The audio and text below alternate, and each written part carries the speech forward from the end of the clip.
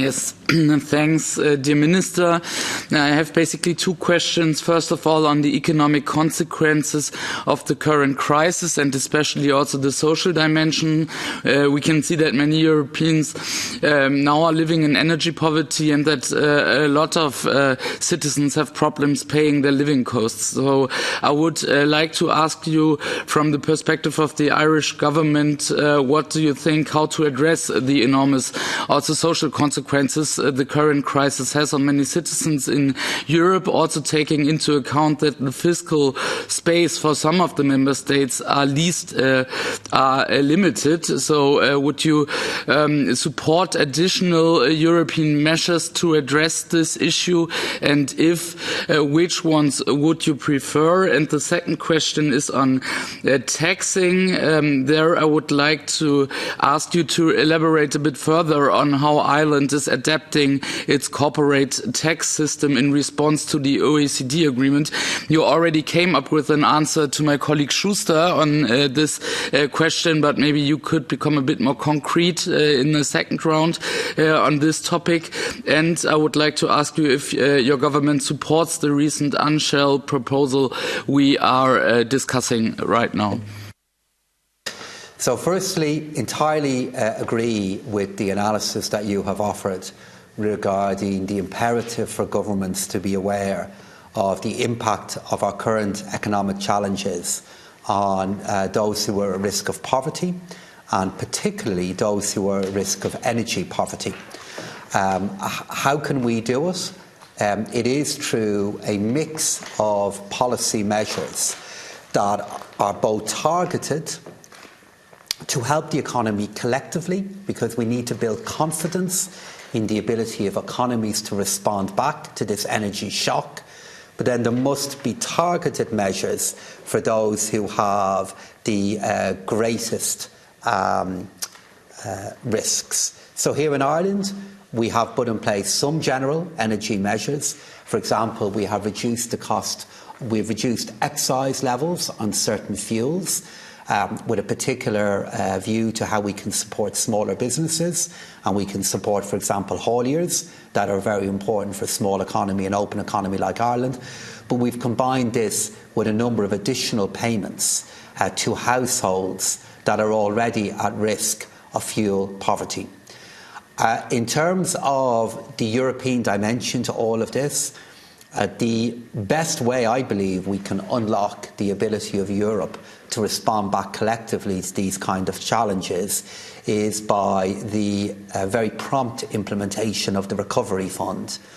And the Member of Parliament made a very correct reference to the fact that nationally for some countries it can be a challenge for them to now generate the budgetary capacity to respond back to maybe revised and slowing economic growth. But that's why the Recovery Fund is so important, because what that Recovery Fund does is help deliver the collective budgetary capacity for the European Union to help countries who may find their national flexibility has been reduced. And that's why Ireland is paying into this fund, because we recognise there is a European obligation to do so, and it's in the interests of all of us to do so. So I think the best thing that we can do is show that that collective instrument is working and that it's making a difference.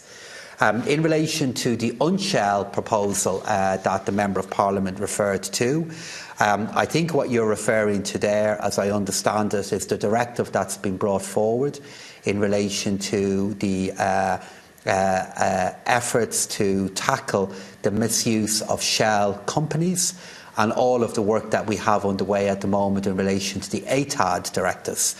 We're very broadly, on a broad level, we are supportive of these kind of proposals and of their objective.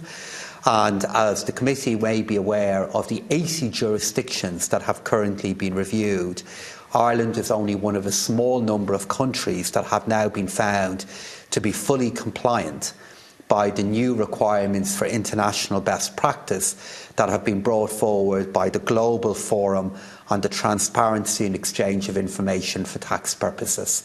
So we take our commitments in this area very seriously.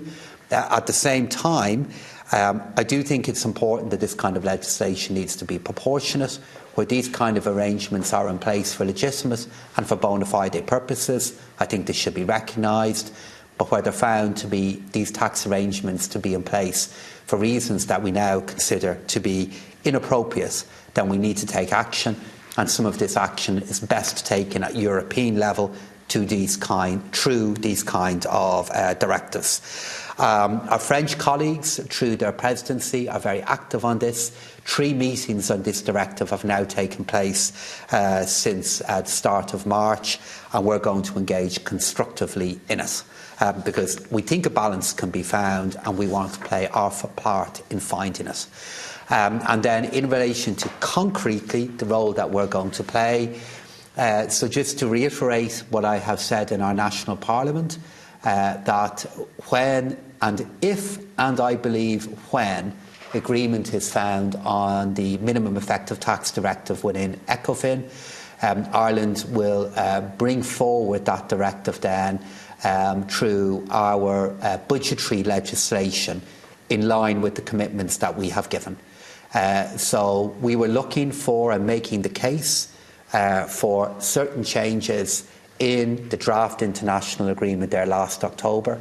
The OECD and the Commission recognised that, made, I believe, important clarifications, and I and the Irish Government will fulfil our part of the deal. So when the agreement is transposed through the directive, through ECOFIN, whatever the schedule is for the implementation of this that is agreed at ECOFIN, Ireland will move in line with that.